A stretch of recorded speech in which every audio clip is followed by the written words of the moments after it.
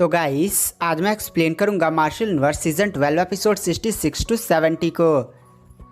तो गाइस अगर आपको हमारी इस वीडियो की एक्सप्लेनेशन पसंद आती है तो चैनल को लाइक सब्सक्राइब जरूर करें। अगर आपने हमारे पिछले एपिसोड्स को मिस कर दिया है तो एक बार चैनल के प्लेलिस्ट में जाकर वहां पर आप चेकआउट कर सकते हैं। तो चलिए बिना किसी देरी के आते हैं कहानी की मेन स्टोरी लाइन पर। तो इस एपिसोड की स्टार्टिंग वहीं से होती है जहां से पिछला एपिसोड खत्म हुआ था। पिछले एपिसोड में हमने जाना था कि जो टाइगर सियावेन है उसे डार्कनेस सेंट टाइगर की विरासत प्राप्त हुई है, साथ ही साथ एक मोती प्राप्त हुआ है। उसी मोती को प्राप्त करने के लिए जो बाकी 3 किंग लेवल की ट्राइब्स है टाइगर वाली, उन्होंने टाइगर सियावेन और लिंगडोंग और मिस्टर डाओ जितने भी लोग थे समझे लिंगडोंग के ग्रुप पर सभी पर अटैक कर दिया था। और तो लिंगडोंग ने वहां पर बोला था कि मैं जाकर इन डार्क एबिस टाइगर क्लैन के 2 कमांडर्स से संभालता हूँ, मिस्टर डाओ 2 को आप संभाल लीजिए।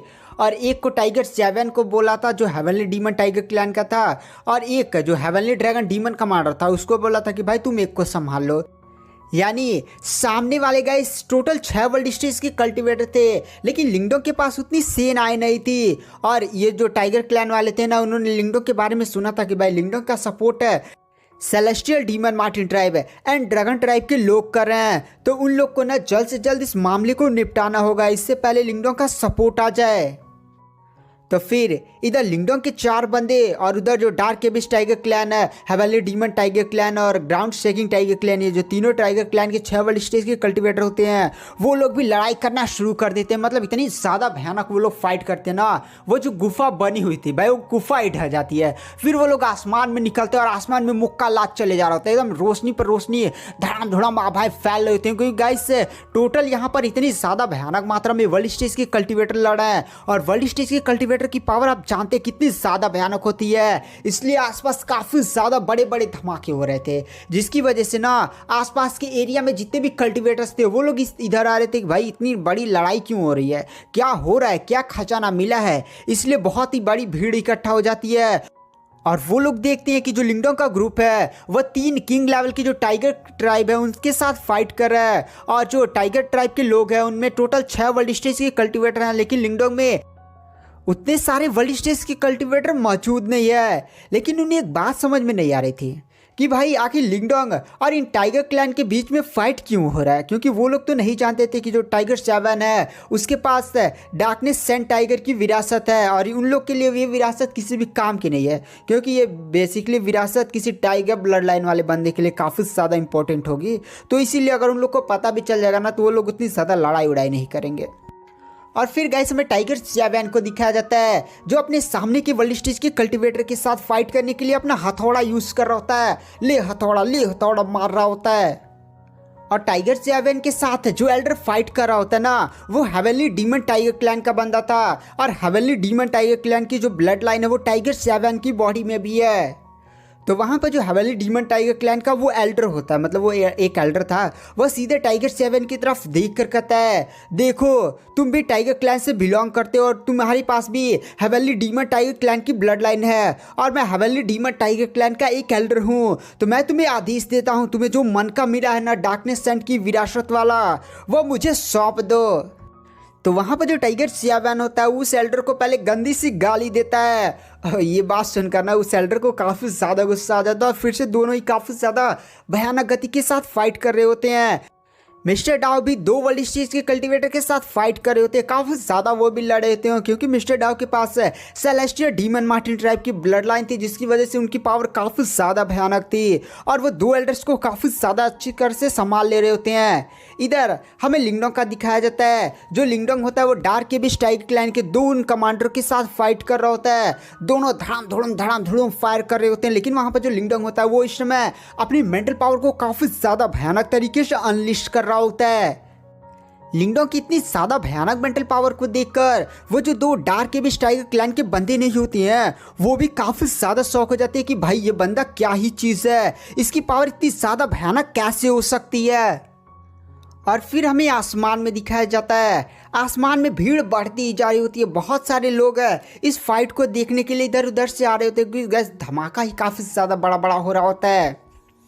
और फिर वहीं पर हमें कुनपेंग ट्राइब के लोगों को दिखाया जाता है, जहां पर उनका लीडर कुन युआन और वो ब्यूटीफुल सी लड़की जिसका नाम था कुनलिंग वो भी आ जाती है। और गैस आप लोग को पता है ना, जो कुनपेंग ट्राइब के लोग हैं वो 4 बड़ी ट्राइब्स में से आते हैं, जैसे celestial demon martial tribe, dragon tribe, 9 phoenix tribe और फिर आता है आपका कुनपेंग ट्राइब। ये 4 बड़ी ट्राइब्स के लोग आते हैं। तो उनका जो लीडर कुनयुआन था, इनको भी हमने देखा था और लड़की को भी देखा था। गैस लड़की की जो मेंटल पावर की कल्टीवेशन है वो पहले से ही grand sword symbol master level तक पहुंच चुकी है, जहां पर लिंगडोंग की कल्टीवेशन है। तो वहाँ पर जो ब्यूटीफुल सी लड़की कुनलिंग होती है वो बूढ़े एल्डर कुनयुआन से बोलती है, एल्डर कुनयुआन, क्या आपको सच में लगता है कि लिंगडोंग 2 वर्ल्ड स्टेज के कल्टीवेटर को हरा पाएगा? क्योंकि जो लिंगडोंग की मेंटल पावर है वह जरूरी grand source symbol master level तक पहुंच चुकी है। इस पावर के साथ लिंगडोंग 1 वर्ल्ड स्टेज के कल्टीवेटर के साथ अच्छी खासी फाइट लड़ सकता है, उसे हरा भी सकता है। लेकिन 2 वर्ल्ड स्टेज के कल्टीवेटर ये बहुत ही सादा होते हैं। तो वहाँ पर जो एल्डर कुनयुआन होते हैं वह कहते हैं, इसके बारे में मुझे कोई भी आइडिया नहीं, लेकिन मुझे देखकर ये लग रहा है कि जो लिंगडोंग है वह कहीं ना कहीं उन दोनों जो tiger tribe, dark एबिस tiger clan के दोनों बंदे हैं जो लिंगडोंग पर लगातार अटैक्स किए जा रहे हैं, इसमें लिंगडोंग पीछे हटते जा रहा है और लिंगडोंग पर कहीं ना कहीं दबाव बनता जा रहा है। और आई थिंक लिंगडोंग दोनों को एक साथ नहीं हरा पाएगा। और फिर गाइस हमें फाइट की तरफ दिखाया जाता है। लिंगडोंग को भी यही एहसास हो जाता, उसे 2 वर्ल्ड स्टेज के कल्टीवेटर को हराने के लिए अपनी पूरी ताकत झोंकनी पड़ेगी। तो भाई लिंगडोंग के पास अभी इतना टाइम और इतने ज़्यादा एनर्जी नहीं थी कि भाई यहीं पर सारी ताकत झोंक दे, क्योंकि लिंगडोंग को अभी एंशिएंट डिवॉर्विंग मास्टर की विरासत तो भी प्राप्त करनी है ना, तो वहाँ पर भी ताकत चाहिए या नहीं। तो इसलिए यहाँ पर जो लिंगडोंग होगा वह कहता है कि जल्द से जल्द मुझे फाइट खत्म करनी होगी। वहाँ पर लिंगडोंग तुरंत अपने मिस्टीरियस डिवाइन पैलेस को समन करता है। लिंगडोंग के हाथ में से गोल गोल नाचता हुआ छोटा सा महल प्रकट होता है और वो जो महल होता है वो अचानक से आसमान में जाकर काफ़ी ज़्यादा बड़ा हो जाता है और महल से काफ़ी ज़्यादा खतरनाक है सक्शन फोर्स बाहर निकलती है, जिनमें से लिंगडोंग 2 वर्ल्ड स्टेज के कल्टीवेटर के साथ फाइट कर रहा था ना, तो 1 वर्ल्ड स्टेज के कल्टीवेटर को सीधे वो महल अपने अंदर खींच लेता है और महल ने समझिए उसे एक तरीके से अपने अंदर कैद कर लिया है। आप लोग को पता है कि लिंगडोंग के पास जो मिस्टीरियस डिवाइन पैलेस है उसी के पास किसी भी चीज़ को अपने अंदर दबाने या कैद करने की बहुत ही ज़्यादा भयानक क्षमता होती है। तभी तो एंशिएंट टाइम का जो बैटल हुआ था उसमें बहुत सारी ईमोस को इसी महल में कैद किया गया था। तो लिंगडोंग भी अब महल के साथ बहुत ही ज़्यादा बढ़िया कंफर्टेबल होता जा रहा था और लिंगडोंग की अब पावर भी बढ़ती जा रही थी, इसलिए उसकी महल की समझ भी बढ़ती जा रही थी। तो लिंगडोंग मिस्टीरियस डिवाइन पैलेस का यूज़ करता और ये कोई पर जकड़ लेता है। अब लिंगडोंग के सामने केवल एक ही वर्ल्ड स्टेज का कल्टीवेटर बचा हुआ था, तो लिंगडोंग भाई धड़ाम धड़ाम धड़ाम पावर लगा लगा कर मारता, ले मुक्का, ले लात, ले घुसा, मतलब धर कर उसको पीट पाट कर रख देता है। मतलब गाइस कुछ ही देर के अंदर ना लिंगडोंग जिस वर्ल्ड स्टेज के कल्टीवेटर के साथ फाइट कर रहा था उसको हरा देता है और एक को तो उसने महल में कैद कर दिया था और जो मिस्टर डाव होते हैं वो भी 2 वर्ल्ड स्टेज के कल्टीवेटर में से एक को पीट पाट दिए थे और वो भी अब भारी पड़ रहे थे। तभी गाइस आसमान में काफ़ी ज़्यादा भयानक आवाज़ें रिलीज होती हैं। दरअसल जो 3 किंग लेवल की ट्राइब्स नहीं है, जैसे तीनों टाइगर की ट्राइब, उनके बहुत सारी सपोर्टर्स आसमान में दिखाई देते हैं। इनमें से लमसम 5-6 लोग तो और वर्ल्ड स्टेज के कल्टीवेटर थे और उनके पीछे बहुत सारे परफेक्ट परफॉर्म स्टेज के एडवांस लेवल के कल्टीवेटर थे। वो लोग भी अपनी आर्मी लेकर आ जाते हैं। मतलब यहाँ पर लमसम 3 ट्राइब्स के 100 से भी ज़्यादा मेंबर्स इकट्ठा हो चुके थे। तो वहाँ पर जो 2 बंदे लिंगडोंग के साथ फाइट कर रहे थे वो भी हंसते हुए कहते हैं, लो हमारा बैकअप तो आ गया। तभी अचानक से आसमान में एक ड्रैगन की दहाड़ और सेलेस्टियल डीमन मार्टिन ट्राइब की आवाज़ फैल जाती है। यानी गाइस यहाँ पर लियू किंग और फर्स्ट एल्डर झूली वो भी अपनी बंदों के साथ आ चुकी होती हैं। यानी सीधे भाषा में ये कहा जाए कि ड्रैगन ट्राइब के बहुत सारे कल्टीवेटर्स और सेलेस्टियल डीमन मार्टिन ट्राइब्स के भी कल्टीवेटर्स आ जाते हैं और वो लोग इन तीनों टाइगर ट्राइब के एल्डर्स की तरफ देख कर कहते हैं, क्या भाई यहाँ पर तुम लोग का कुछ ज़्यादा ही नहीं हो रहा है? यहाँ पर तुम हमारे लिंगडोंग साथ ही साथ हमारे प्रिंस जो सेलेस्टियल डीमन मार्टिन ट्राइब के होने वाले नए महाराज हैं उन पर तुम हमला कर रहे हो।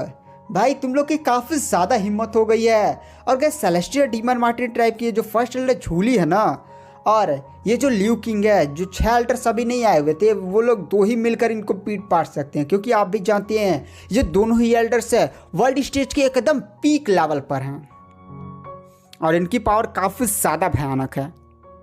तो यहाँ पर जैसे ही टाइगर ट्राइब के जितने भी एल्डर्स होते हैं वो देखते हैं कि सेलेस्टियल डीमन मार्टिन ट्राइब के बहुत सारे एल्डर्स हैं और ड्रैगन ट्राइब के एल्डर्स आ चुके हैं। भाई वो लोग काफ़ी ज़्यादा डर जाते हैं क्योंकि कहीं ना कहीं उनकी पावर अभी भी इन ड्रैगन ट्राइब के कल्टिवेटर्स और सेलेस्टियल डीमन मार्टिन ट्राइब के कल्टिवेटर्स से बहुत ही ज़्यादा कमज़ोर थी।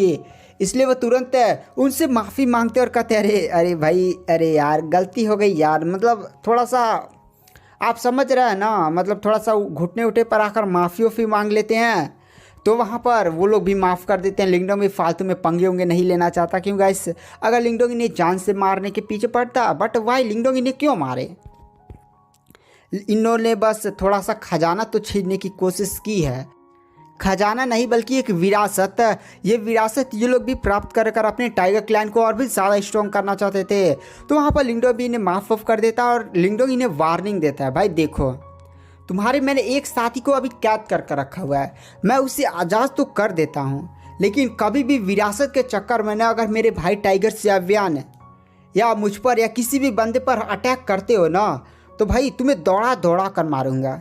क्यों गाइस, ऐसा हो सकता है कि जो टाइगर ट्राइब्स के एल्डर्स हैं या और भी बंदे हैं, ये लोग जब जाने के टाइगर 7 के पास डार्कनेस एंड टाइगर की विरासत है तो हो सकता है लालच में ये लोग टाइगर 7 पर फिर से अकेले पर हमला करें।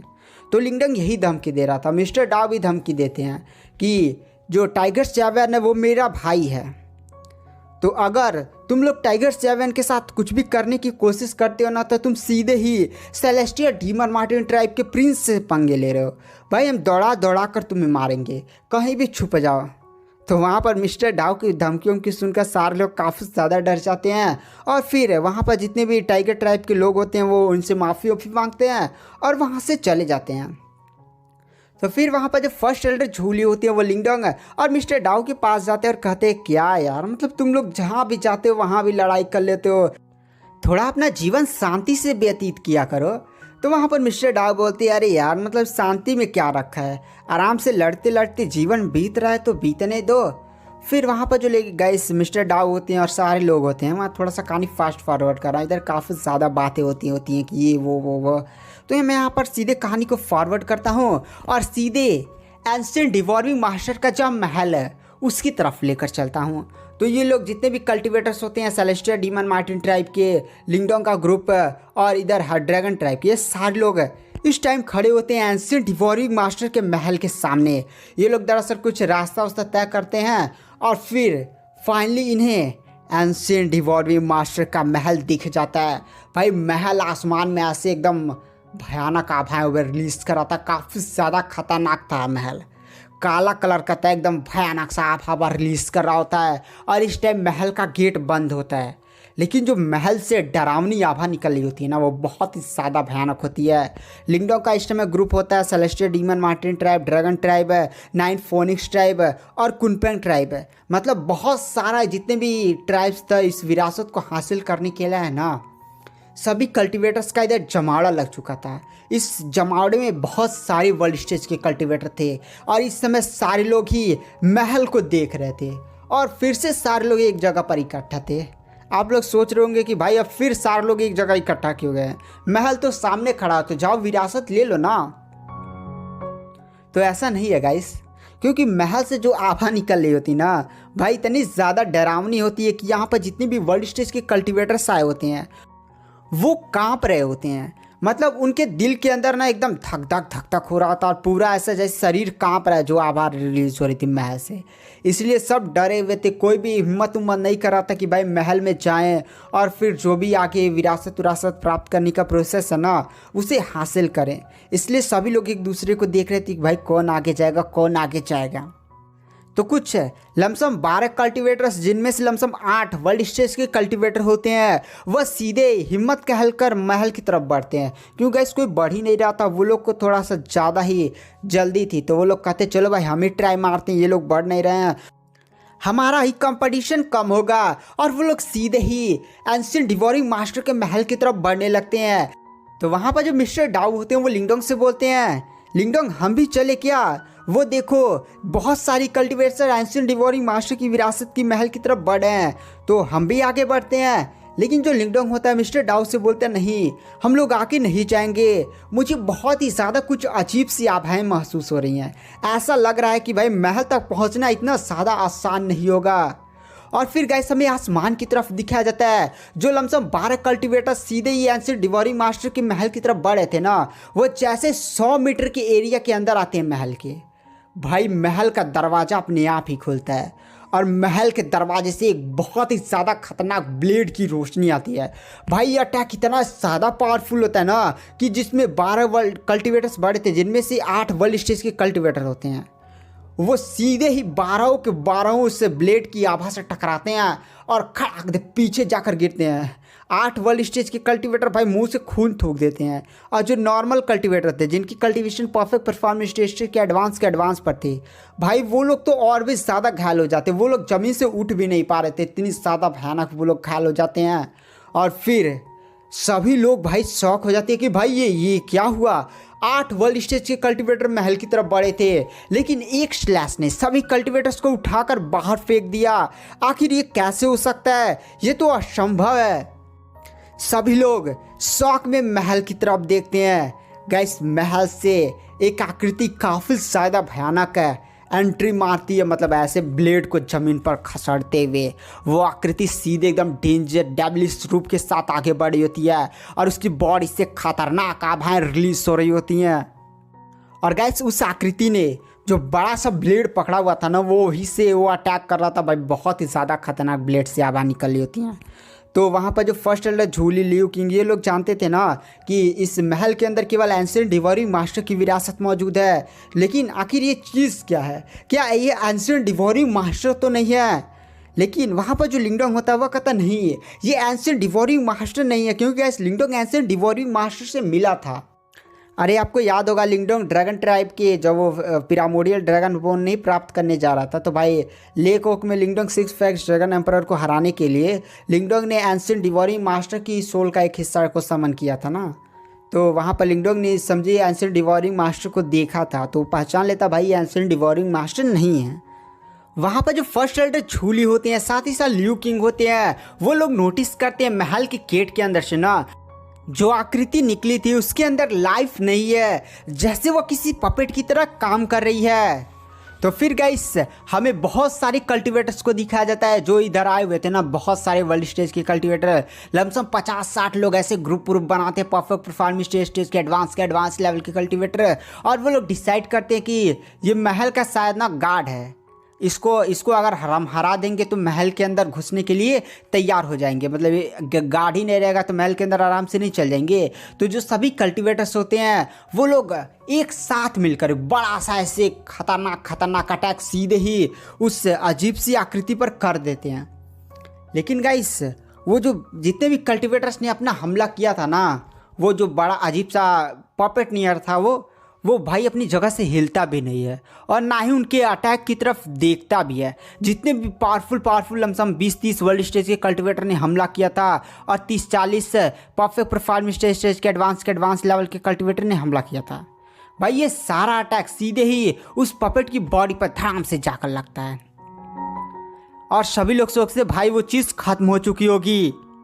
लेकिन वहाँ पर ऐसा कुछ नहीं होता। सारे के सारे बंदे काफ़ी ज़्यादा शॉक हो जाते हैं, क्योंकि वो जो आकृति खड़ी थी भाई उसकी बॉडी पर एक स्क्रैच नहीं आया था। यह देखकर सभी कल्टीवेटर्स कहते ये कैसे हो सकता है। और तभी वो जो आकृति होती है वो अपना ऐसे ब्लेड लहराती है और ब्लेड से ऐसे धाम दे मारती है ना, आसमान में बहुत ही ज़्यादा बड़ा स्लैश तैयार होता है। 3-4 ऐसे स्लैश चारों दिशाओं में मारती है और जितने भी कल्टीवेटर्स ने महल के 100 मीटर के एरिया में गए थे भाई सभी कल्टीवेटर्स किसी कागज के टुकड़े की तरह इधर उड़ते जाना, कोई उधर गिर रहा है, कोई इधर मुंह से खून फेंक रहा है।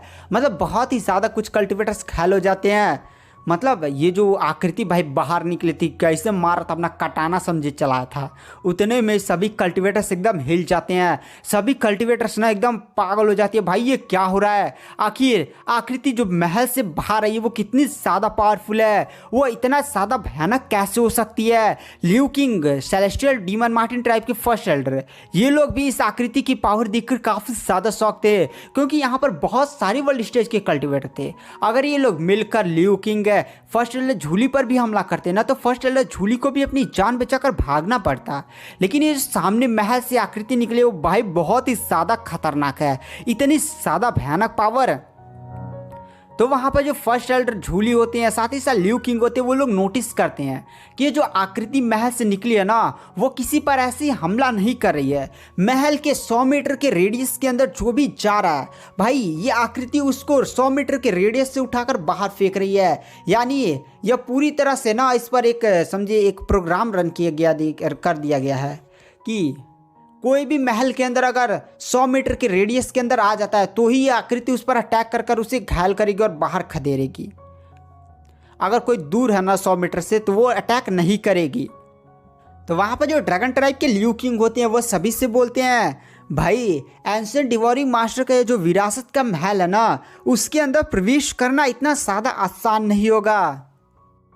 तो गाइस जो लिंगडोंग है इस चीज़ को ध्यान से देखता है जो महल के सामने खड़ी थी और फिर लिंगडोंग पहचान लेता है अरे भाई ये तो एंशिएंट डिवोरिंग पपेट है। आपको याद होगा इस लिंगडोंग के पास भी एक एंशिएंट डिवोरिंग पपेट है जिसका यूज़ लिंगडोंग का वर्ल्ड स्टेज के कल्टीवेटर के अटैक को रोकने के लिए करता था, लेकिन वो पपेट बहुत ही ज़्यादा क्षतिग्रस्त था।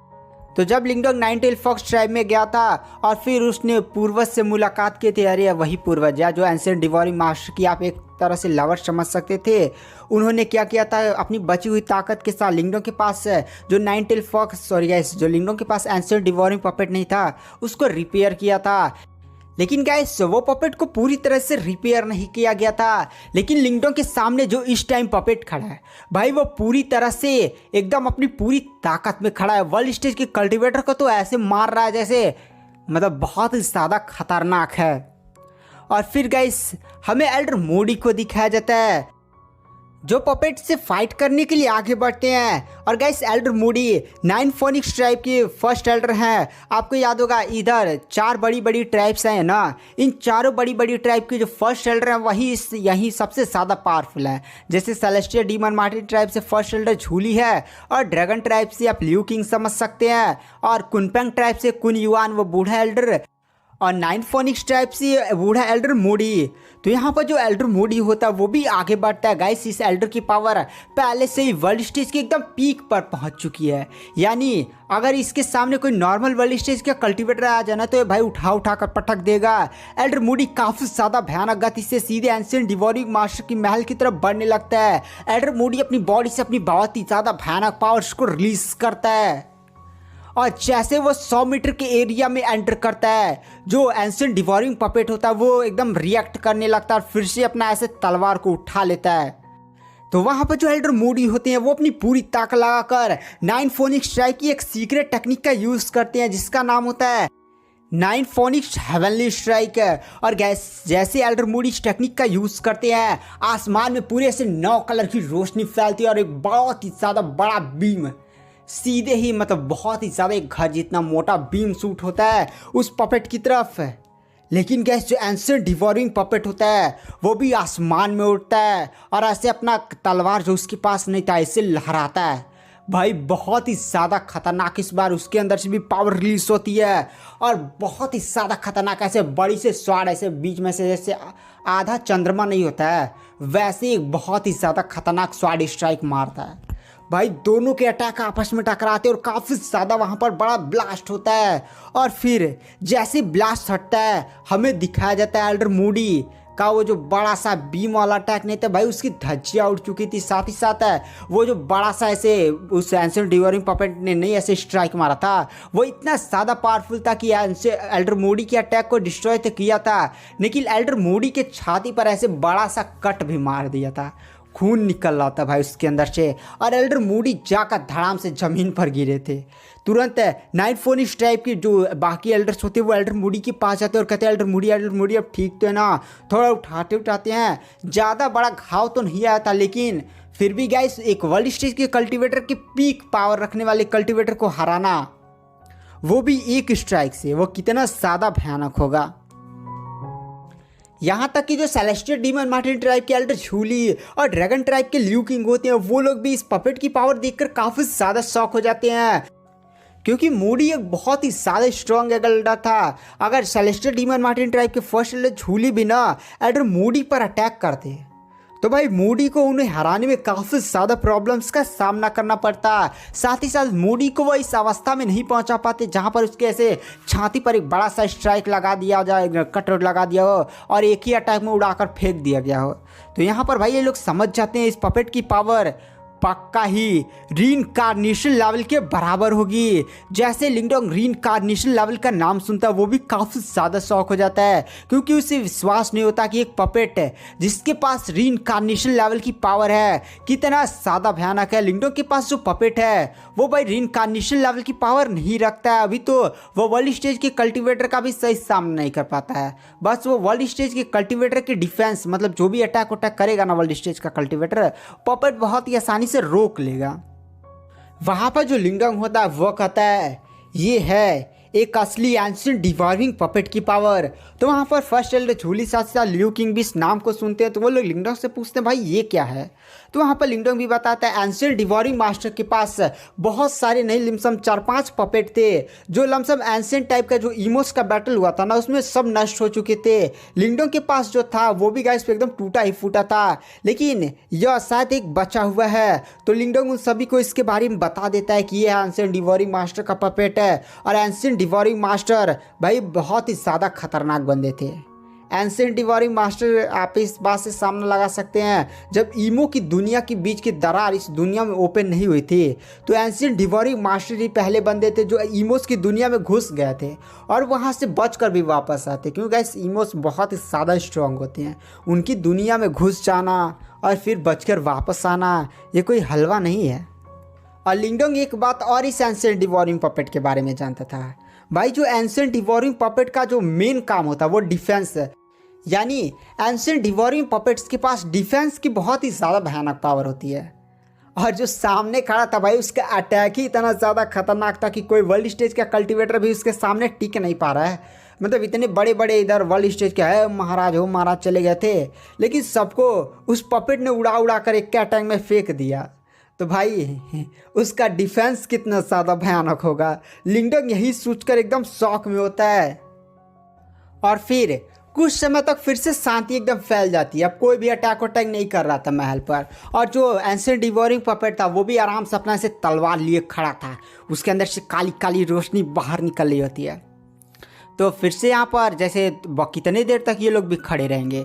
तो यहाँ पर जो कुन युआन होते हैं, कुन पेंग ट्राइब का बूढ़ा एल्डर फर्स्ट एल्डर, वो भी सीधे एल्डर मूडी के पास जाता है और फिर हमारे झूली और लियू किंग और लिंगडोंग सभी के पास जाता है और कहता है देखो भाई हमें महल के अंदर विरासत तो प्राप्त करने के लिए जाना होगा ना। देखो सभी लोग मिलकर एक बार ट्राई करते हैं और एक बार अटैक कर इस जो पपेट है उसका ध्यान हटाने की कोशिश करते हैं। तो गाइस आप लोग सोच रहे होंगे कि भाई पपेट इतना ज़्यादा स्ट्रॉन्ग है तो ये लोग फिर से मिलकर अटैक करने की प्लानिंग क्यों बना रहे हैं।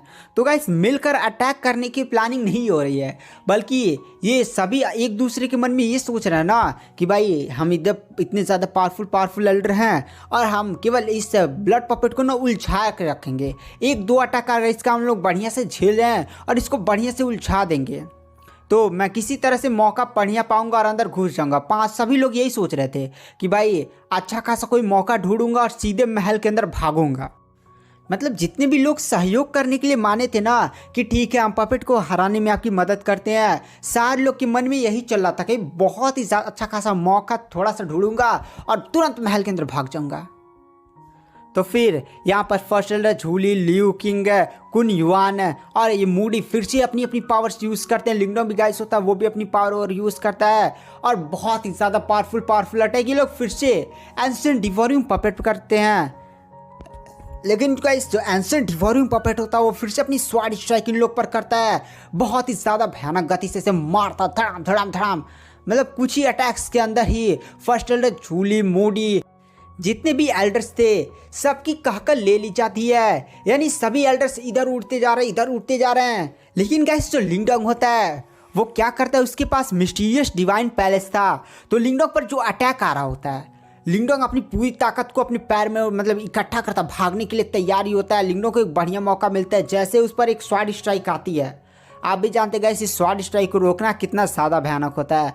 मूडी भी इसको नहीं रोक पाया था जो वर्ल्ड स्टेज के पीक पर है। अभी तो लिंगडोंग वर्ल्ड स्टेज तक पहुंचा भी नहीं है।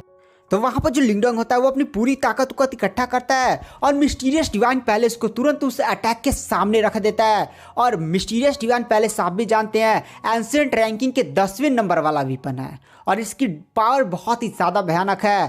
तो जो मिस्टीरियस डिवाइन पैलेस होता है वो जो एंशिएंट डिवोरिंग पपेट ने स्वॉर्ड स्ट्राइक नहीं लगाई हुई थी उसे रोक लेता है और लिंगडोंग इसी मौके का फ़ायदा उठाता है। बहुत ही ज़्यादा भयानक गति से सीधे ही महल की तरफ भागता है। भाई केवल लिंगडोंग ही महल की तरफ भाग रहा था, बाकी एल्डर्स तो उड़ चुके थे। इस बात को तुरंत एंशिएंट डिवोरिंग पपेट भी नोटिस कर लेता है। एंशिएंट डिवोरिंग पपेट अपनी तलवार उठाकर बहुत ही ज़्यादा भयानक गति से लिंगडोंग पर स्ट्राइक फिर से मारता है। एक बड़ा सा स्वॉर्ड स्ट्राइक आसमान को चीरता हुआ सीधे लिंगडोंग की तरफ बढ़ता है। लिंगडोंग भी भाई पीछे नहीं हट सकता था क्योंकि अब महल के वो काफ़ी ज़्यादा करीब आ चुका था। इसलिए जो लिंगडोंग होता है वो तुरंत अपने पास से एंशिएंट डिवोरिंग पपेट निकाल लेता है। और जो एंशिएंट डिवोरिंग पपेट होता है ना, लिंगडोंग के पास भी एक एंशिएंट डिवोरिंग पपेट था, उसको तुरंत लिंगडोंग इस अटैक के सामने फेंकता है। बट वो जो पपेट ने स्वॉर्ड स्ट्राइक नहीं लगाया हुआ था वो एंशिएंट डिवोरिंग पपेट से टकराता और पपेट की एकदम धज्जियाँ उड़ जाती है। मतलब पपेट की फिर से बहुत ही ज़्यादा क्षतिग्रस्त हो जाता है। लिंगडोंग ने गाइस 2 अटैक को रोक लिया होता है। लिंगडोंग कुछ ही मतलब एकदम सीढ़ियों तक पहुँचने ही वाला होता है और इस बार खुद जो पपेट होता है वो अपनी तलवार लेकर लिंगडोंग को काटने के लिए आगे बढ़ता है।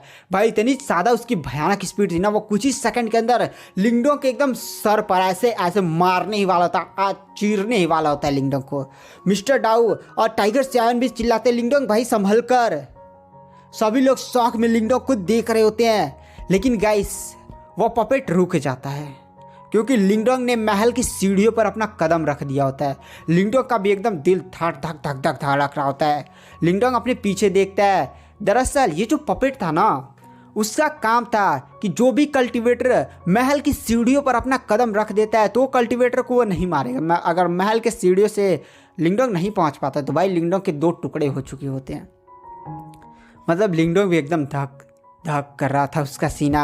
सभी लोग भाई अब समझ जाते हैं कि उन्हें किसी तरह से महल के सीढ़ियों तक पहुंचना है, लेकिन महल के सीढ़ियों तक पहुंचने के चक्कर में वो लोग अपनी जान भी गंवा सकते हैं। यह पपेट उनके चीर कर रख देता। अगर लिंगडोंग ने 2 अटैक्स को रोका नहीं होता ना तो भाई फिर गैस जो लिंगडोंग का पपेट बचा हुआ था, जो नहीं नीचे दूसरे अटैक को रोकने के लिए लिंगडोंग निकाला था, भाई उसकी फिर से एकदम उसकी एल लग चुके थे।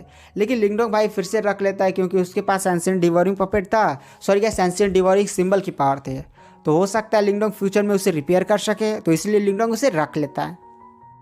फर्स्ट एल्डर झूली और लियू किंग भी थोड़ा सा जमीन से उठते हैं क्योंकि वो लोग भी सपोर्ट वपोर्ट करने के लिए गए थे ना। लेकिन पपेट का अटैक भाई बहुत ही ज़्यादा खतरनाक था जिसकी वजह से ना इनके एल लग चुके थे। पर फिर भी वो लोग किसी तरह से खड़े उड़े होते हैं और फिर मतलब उनको इतना ज़्यादा चोटे वोटे नहीं आए थे। उन लोग बहुत ज़्यादा स्ट्रॉन्ग कल्टिवेटर थे ना, तो नॉर्मल चोटे वोटे चलती हैं भाई, ये लोग ठीक कर लेते हैं। तो ये लोग अपने ग्रुप के पास आते हैं। लिंगडोंग को पहुंचता हुआ देखकर फर्स्ट एल्डर झूली को भी एकदम मन खुशी होती है कि भाई चलो कोई तो हमारी तरफ से गया, क्योंकि लिंगडोंग तो सेलेस्टियल डीमन मार्टिन टाइप का ही सपोर्ट था, आप समझ सकते हैं।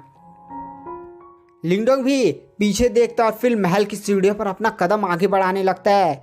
लेकिन हमें इसी बीच में ना एक बंदे को दिखाया जाता है जो 9 फोनिक्स ट्राइब है उसी के बीच से बाहर निकलता है और बहुत ही ज़्यादा स्पीड से बाहर निकलता है। एक बीम की तरह शूट होता है, मतलब बहुत ही ज़्यादा एक लाइट ही केवल दिखती है जब वो बंदा चल रहा था और सीधे ही एंशिएंट डिवोरिंग मास्टर का जो महल नहीं था उसकी तरफ बढ़ा था। लिंगडोंग भी इस अजीब सी पावर को महसूस करता है और सीधे वो भी पीछे देखता है। वो देखता है कि एक लाइट की तरह एक बंदा, मतलब बहुत ही ज़्यादा खतरनाक उसकी स्पीड थी, आसमान की तरफ बड़ा होता है। एंशिएंट डिवोरिंग पपेट भी इस पावर को महसूस करता और सीधे अपनी तलवार उठाता और उस बंदे पर एक स्वॉर्ड स्ट्राइक मारता, खड़ाम दे। और वो जो बंदा होता है वो तुरंत एंशिएंट डिवोरिंग पपेट के अटैक को रोकने के लिए अपनी पूरी ताकत लगा देता है और एक काफ़ी ज़्यादा पावरफुल अपने सामने शील्ड क्रिएट करता है। लेकिन वह एंशिएंट डिवोरिंग पपेट के अटैक को तो रोक पाता है, लेकिन उसके शील्ड के टुकड़े टुकड़े हो जाते हैं और उस बंदे का एकदम पूरा शरीर ही काँप जाता है और घसटते हुए पीछे निकल जाता है, जिसकी वजह से उसने जो अपने चेहरे पर मास्क लगाया हुआ था वो हट जाता है।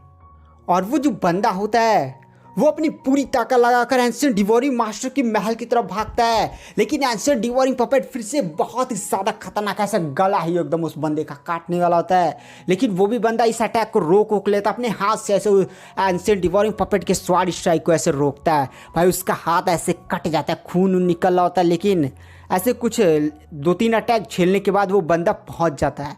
सभी बंदे हिले हुए थे, भाई ये कौन है। चेहरा वो लोग जैसे ही देखते हैं ना भाई उन्हें विश्वास ही नहीं होता कि ये बंदा कैसे हो सकता है। नाइट फोनिक्स ट्राइब के जितने भी एल्डर्स होते हैं वो तुरंत उस बंदे के सामने झुक जाते हैं और कहते हैं, नाइट फोनिक्स ट्राइब के ग्रैंड एल्डर हम आपका स्वागत करते हैं। मतलब जितने भी ड्रैगन ट्राइब के लोग होते हैं, फर्स्ट एल्डर झूली और यहाँ पर लियू किंग और कुन युआन भी काफ़ी ज़्यादा शौक हो जाते हैं और कहते हैं अभी ये तो नाइट फोनिक्स ट्राइब का ग्रैंड एल्डर है। और गाइस आप लोग सोच रहे होंगे कि नाइट फोनिक्स ट्राइब का ग्रैंड एल्डर हुआ तो क्या हुआ। तो भाई ये एक रीइंकार्नेशन लेवल का कल्टीवेटर है, और रीइंकार्नेशन लेवल का कल्टीवेटर आप समझते हैं कितने ज़्यादा भयानक होते हैं। और ये एक रीइंकार्नेशन लेवल का कल्टीवेटर है, तो आखिर ये बंदा इस जगह पर एंटर करने में सक्षम कैसे है। यहाँ पर कोई भी रीइंकार्नेशन लेवल का कल्टीवेटर एंटर नहीं कर सकता, क्योंकि यहाँ पर है समझिए एक बाधा लगी हुई है। एंशिएंट डिवोरिंग मास्टर की विरासत को प्राप्त करने वाला ये इस दुनिया में एंटर वो कर ही नहीं सकता।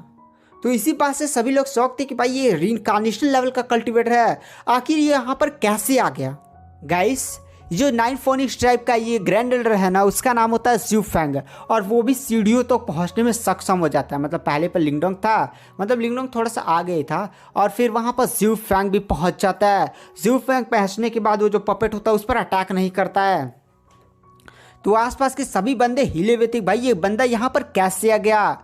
तो वहाँ पर जो ज़्यूफेंग होता है वो सभी की तरफ मुस्कुरा कर देखता और कहता है, मैं जानता हूँ यहाँ पर कोई भी रीइंकार्नेशन लेवल का कल्टीवेटर एंटर नहीं कर सकता था, बट मैंने अपनी कल्टीवेशन को रीइंकार्नेशन लेवल से वर्ल्ड स्टेज में दबा लिया। तो वहाँ पर जो सेलेस्टियल डीमन मार्टिन ट्राइब के फर्स्ट एल्डर झूली होते हैं वो पहले तो इस बात से शॉक हो जाते हैं, और फिर वह ज़्यूफेंग से पूछते हैं, अभी भाई तू हमें पागल समझा है क्या। तू नाइट फोनिक्स ट्राइब का ग्रैंड एल्डर है, साथ ही साथ तू रीइंकार्नेशन लेवल का कल्टीवेटर है।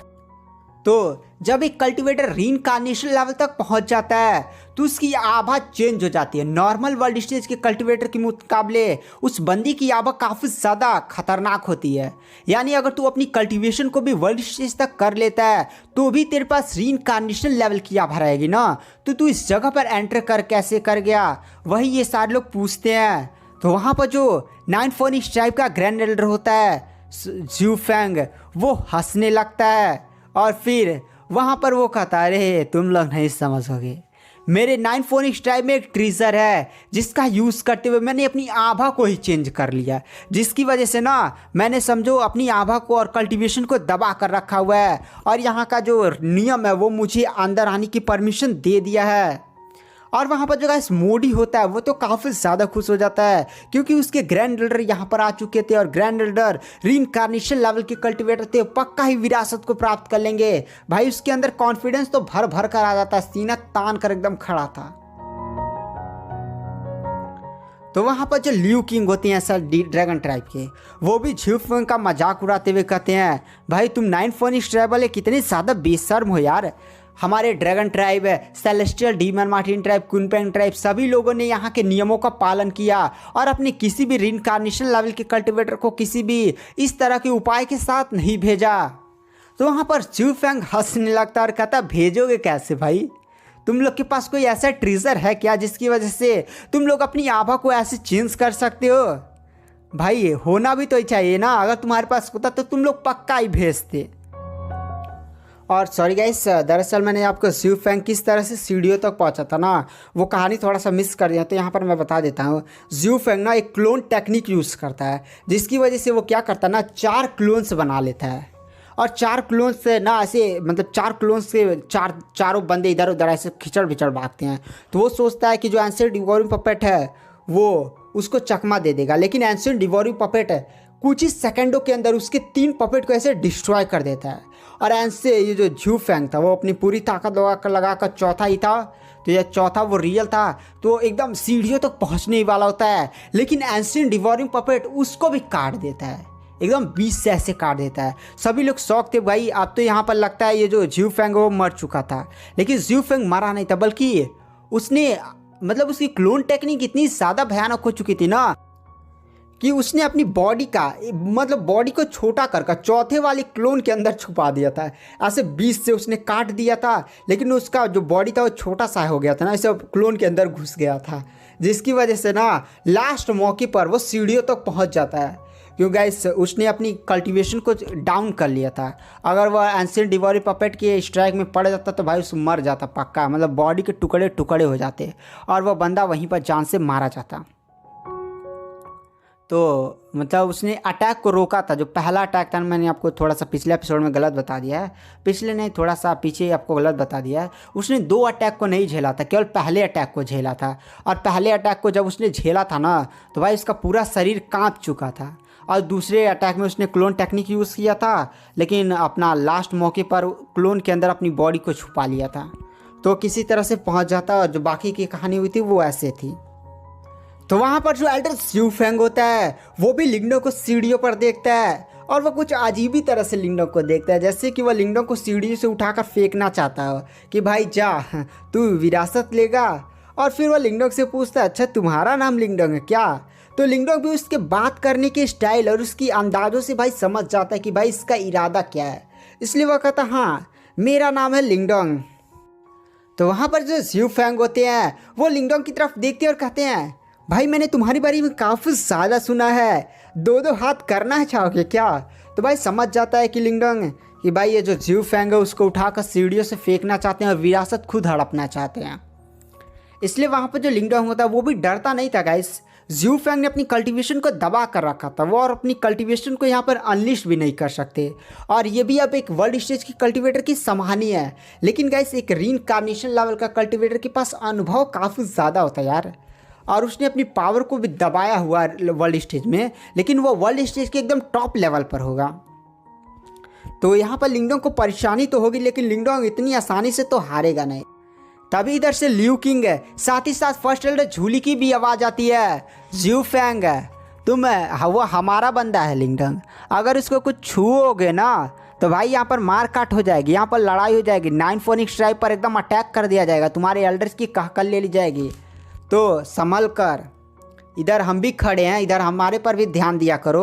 और वैसे भी तुमने अपनी कल्टीवेशन को इस टाइम दबा कर रखा हुआ है, तुम हमारा कुछ बिगाड़ भी नहीं सकते। तुम्हारे रीइंकार्नेशन लेवल के कल्टीवेटर होते तब हम तुम्हें तोप समझते, लेकिन अभी तुम खुद सोचो, तुमने अपनी कल्टीवेशन को दबा कर रखा हुआ है। और क्या तुम सच में यहाँ पर ड्रैगन ट्राइब के और सेलेस्टियल डीमन मार्टिन ट्राइब के जितने भी पावरफुल एल्डर्स हैं उनका सामना कर पाओगे? भाई दौड़ा दौड़ा कर मारेंगे। मतलब यहाँ पर सीधे लियू किंग धमकी दे रहा होता है उस ज्यू फेंग को। तो ज्यू फेंग भी समझ जाता है कि भाई हाँ उसने सही तो बोला, उसने अपनी अभी कल्टीवेशन को दबा कर रखा हुआ और यहाँ पर वो अपनी कल्टीवेशन को अनलिश नहीं कर सकता। तो अगर वो सच में सेलेस्टियल डीमन मार्टिन ट्राइब और ड्रैगन ट्राइब के एल्डर्स का सामना करना पड़े तो उसे काफ़ी ज़्यादा परेशानी होगी। इसलिए वो लिंगडोंग से कहता है, चलो यार सेलेस्टियल डीमन मार्टिन ट्राइब और ड्रैगन ट्राइब की वजह से तुम्हें छोड़ देता हूँ। तो वहाँ पर जो लिंगडोंग होता है वो भी कुछ नहीं बोलता है भाई, अब क्या ही वो भी बोले, लड़ाई करे बूढ़े से। और फिर गाइस हमें कुनपेंग ट्राइब के उस बूढ़े कुनयुआन को दिखाया जाता है।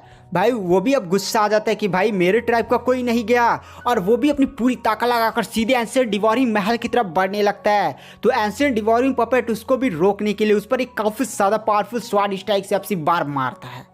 तो वहाँ पर जो वो कुनयुआन होता है ना, वो क्या करता है अपनी पूरी ताकतों को कोई टेक्निक लगाता है और एक हल्क नियर बड़ा सा हाथ ऐसे पीला कलर का तैयार करता है और सीधे ही एंशिएंट डिवोरिंग पपेट का ऐसे स्वाड स्ट्राइक को रोक लेता है। और मतलब बहुत ही ज़्यादा उसको भी दर्द हो रहा था, पूरी ताकत लगा रहा, चिल्ला उल्ला रहा था। और फिर वो चिल्ला कर कहता है, कुनलिंग गाइस, कुनपेंग ट्राइब की वो जो लड़की थी कुनलिंग ब्यूटीफुल सी, जिसकी cultivation grand soul symbol martial level तक पहुंच चुकी थी, उसी को कुनयुआन बुलाता है और कहता है, एंशिएंट डिवोरिंग मास्टर से तुम्हारा कुछ रिश्ता है, तुम्हें जल्द से जल्द उस महल तक पहुंचना होगा क्योंकि तुम्हें विरासत मिलने के चांसेस हाई हैं। और ये बोलने के साथ वो अपनी पूरी ताकत लगा देता है। कुनलिंग भी कहते हैं नहीं आप साइड हटिए, लेकिन वहाँ पर जो कुनयुआन होता है वह कहता है तुम निकलो महल तक।